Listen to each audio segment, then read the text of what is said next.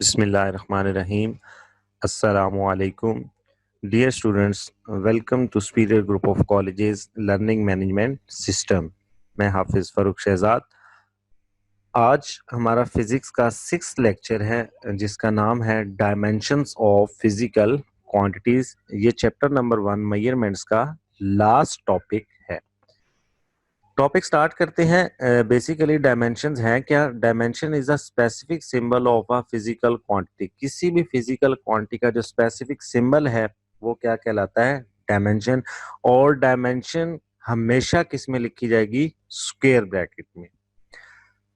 Dimension represent क्या करती है? विच represents the qualitative nature of physical quantity. किसी भी फिजिकल क्वांटिटी का अगर हम क्वालिटेटिव एनालिसिस करना चाहते हैं तो हम उसकी डायमेंशन से कर सकते हैं, और हमेशा हम इसको लिखेंगे किसमें? In terms of base units लिखेंगे। कुछ एग्जांपल्स देखते हैं बेस क्वांटिटीज की। पहली जिस तरह से क्वांटिटी हमारे पास है मैस। अब मैस के लिए अगर हम डायमेंशंस लिखना चाहेंगे तो मैस की डायमेंशन लिखेंगे, इसका फर्स्ट लेटर यानी कि एम हम कैपिटल में लिखेंगे और हम उसको स्क्वायर ब्रैकेट्स में लिखेंगे, तो वो हमारे पास मैस की डायमेंशन बन जाएगी। दूसरा देखते हैं हम लेंथ। लेंथ की डायमेंशन किस तरह से बनेगी? उसी तरह से इसका फर्स्ट लेटर यानी कि एल हम कैपिटल लिख देंगे और इसको भी स्क्वायर ब्रैकेट में लिख देंगे, तो ये हमारे पास लेंथ की डायमेंशंस बन जाएंगी। तीसरी देखें टाइम। टाइम की डायमेंशंस भी हम लिखना चाहेंगे तो टाइम की डायमेंशंस भी कैसे बनेगी? हम टी को स्क्वायर ब्रैकेट्स में लिख देंगे तो ये टाइम की डायमेंशंस बन जाएंगी। कुछ फॉर्मूलाज हम देखते हैं और बेसिक क्वांटिटीज देखते हैं कि हम उसको किस तरह से उनकी डायमेंशंस लिख सकते हैं। फर्स्ट जिस तरह नजर आ रहे हैं एरिया। एरिया के यूनिट्स होते हैं मीटर स्क्वायर और इसका फॉर्मूला बन जाता है लेंथ मल्टीप्लाई बाय लेंथ। तो इसकी जो डायमेंशंस बन जाएंगी वो बन जाएंगी एल स्क्वायर। इसी तरह वॉल्यूम को देखें तो वो मीटर क्यूब होती है और फॉर्मूला इसका बनता है लेंथ मल्टीप्लाई बाय लेंथ। ये वैसे लेंथ विड्थ और हाइट होती है, मैंने इसको आसानी के लिए इस तरह लिख दिया, तो इसकी डायमेंशंस क्या बन जाएंगी? L cube. नेक्स्ट देखिए वेलोसिटी। वेलोसिटी की यूनिट क्या है? मीटर पर सेकेंड, डिस्टेंस ओवर टाइम, और इसकी डायमेंशन बन जाएगी एल टी माइनस 1। इसी तरह आप एक्सेलरेशन, फोर्स और इसी तरह आप किसी भी क्वांटिटी की डायमेंशंस बना सकते हैं। डायमेंशन बनाने का सबसे आसान तरीका है कि जो भी क्वांटिटी है जिसकी आप डायमेंशंस बनाना चाह रहे हैं उसको बेस यूनिट्स में लिख दें और उसके बाद उसको मैस, लेंथ और टाइम में कन्वर्ट कर दे तो वो आपकी डायमेंशंस बन जाएंगी। कुछ यूजेस देखते हैं कि डायमेंशन एनालिसिस का हम यूज किस तरह से कर सकते हैं, कहाँ कहाँ ये काम आती है। तो फर्स्ट यूज है check the homogeneity of an equation. Dimension analysis से हम किसी भी इक्वेशन की होमोजेनिटी चेक कर सकते हैं कि क्या उसकी लेफ्ट हैंड साइड और राइट हैंड साइड सेम है या नहीं है।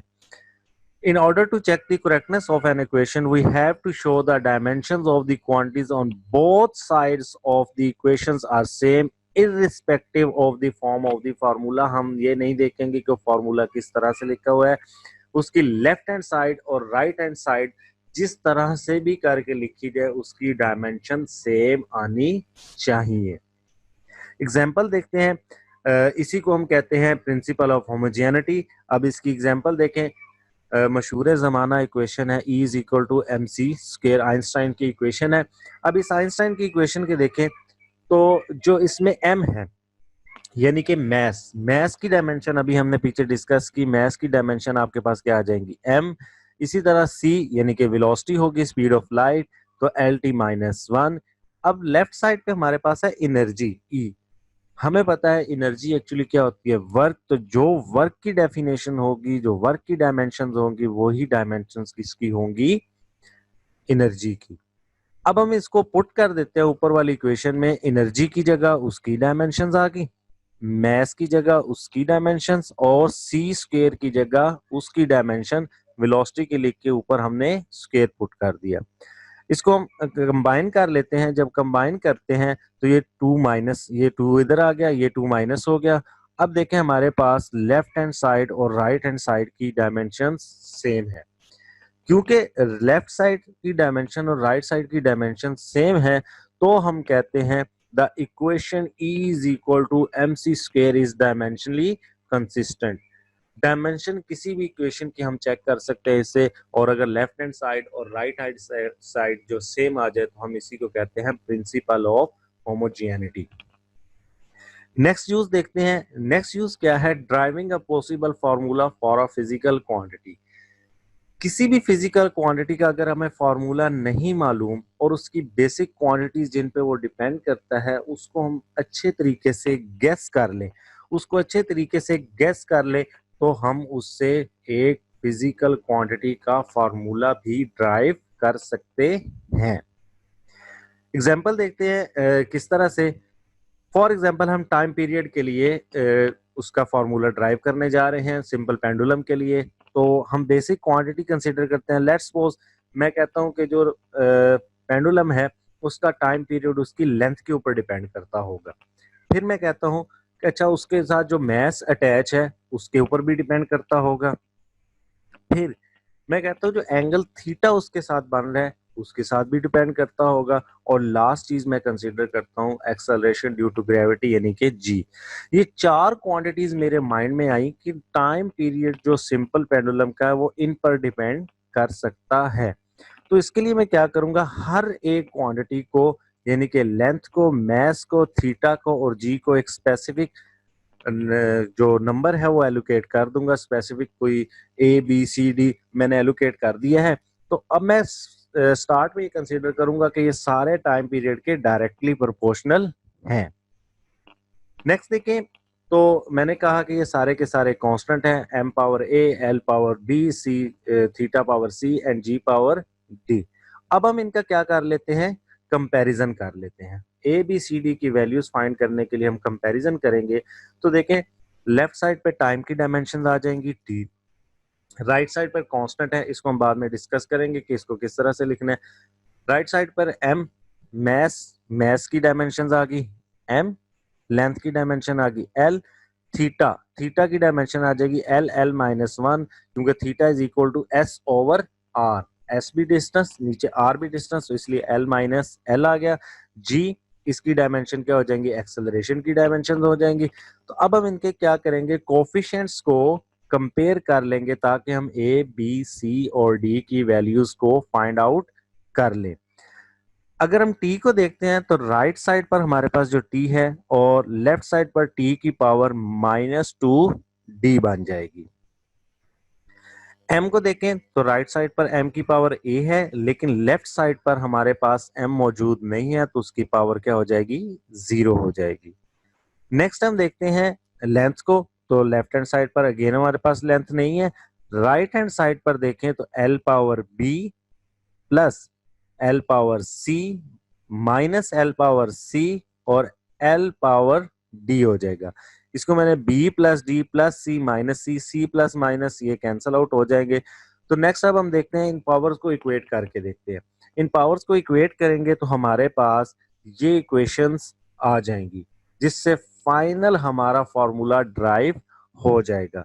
अब जब मैंने इनकी पावर्स ABCD को पुट किया तो मुझे ये मालूम हुआ कि जो टाइम पीरियड है सिंपल पेंडुलम का वो डिपेंड करता है सिर्फ और सिर्फ square root of length over acceleration due to gravity के ऊपर।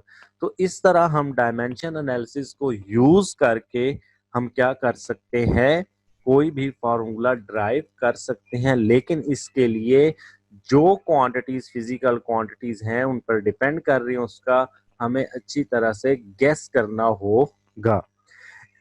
जैसा कि मैंने कहा था कि कांस्टेंट को हम बाद में डिस्कस करेंगे। तो the numerical value of constant can not be determined by the dimension analysis, however it can be find by the experiments.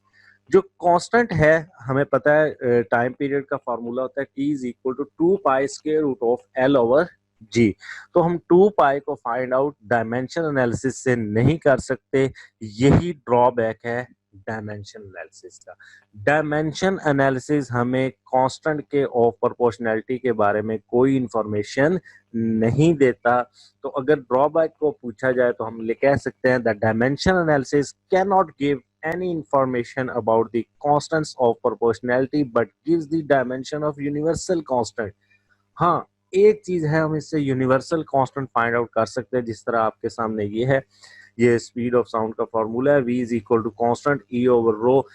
इसी तरह न्यूटन की इक्वेशन है, Newton gravitational law, F is equal to G m1 m2 over R square. तो इसमें जी जो universal constant है, इसमें जी की वैल्यू फाइंड आउट कर सकते हैं। इसका मतलब क्या हुआ कि यूनिवर्सल कांस्टेंट की डायमेंशन तो हम फाइंड आउट कर सकते हैं, लेकिन प्रोपोर्शनैलिटी कांस्टेंट हमें डायमेंशन एनालिसिस से कभी भी नहीं हासिल होगा।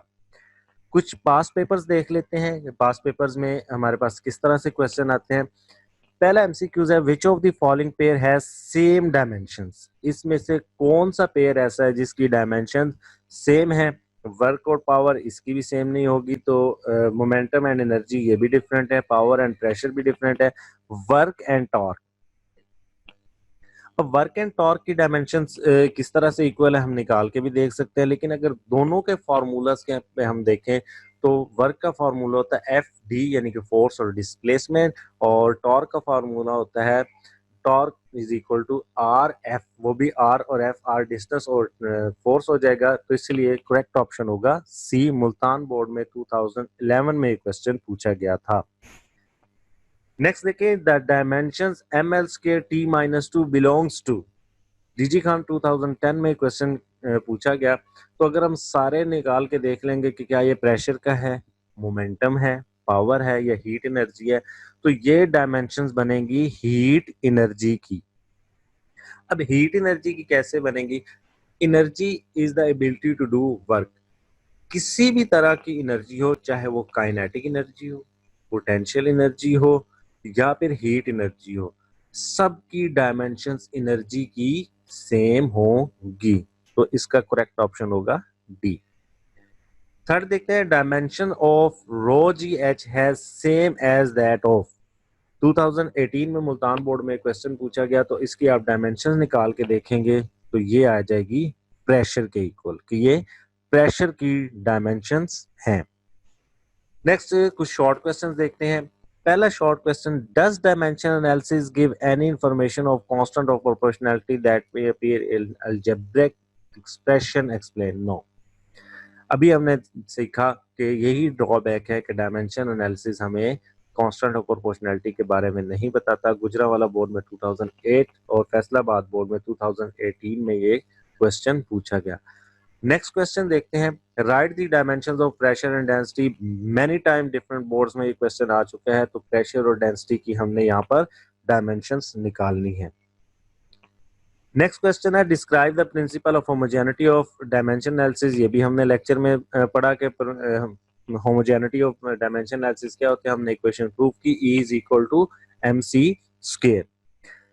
लास्ट क्वेश्चन, सबसे important question, show that energy mass equation E is equal to mc square is dimensionally correct. अब इन दोनों क्वेश्चंस में डिफरेंस क्या है। ऊपर वाले में प्रिंसिपल ऑफ होमोजेनिटी आपने डेफिनेशन लिखकर उसको एक्सप्लेन करना है, नीचे वाले में आपने डायमेंशंस प्रूव करनी है, जिस तरह के मैंने लेक्चर में करके आपको दिखाई, क्योंकि बहुत इंपॉर्टेंट क्वेश्चन था, इसीलिए मैंने इसको लेक्चर में कवर करने की कोशिश की। अगर देखें तो लाहौर बोर्ड, गुजरांवाला बोर्ड लाहौर, उसके बाद Multan board, DG Khan board, Faisalabad board, Rawalpindi board, almost हर बोर्ड में ये क्वेश्चन बार बार रिपीट हो चुका है। तो आज हमने सीखा कि डायमेंशन एनालिसिस क्या होती हैं, डायमेंशंस को हम यूज किस तरह से कर सकते हैं, डिफरेंट फिजिकल क्वांटिटीज की डायमेंशंस को हम बना कैसे सकते हैं और उनके यूजेस क्या हैं। तो यहाँ पर हमारा फर्स्ट चैप्टर जो है वो कंप्लीट हुआ। इसी के साथ जज़ाकल्लाह।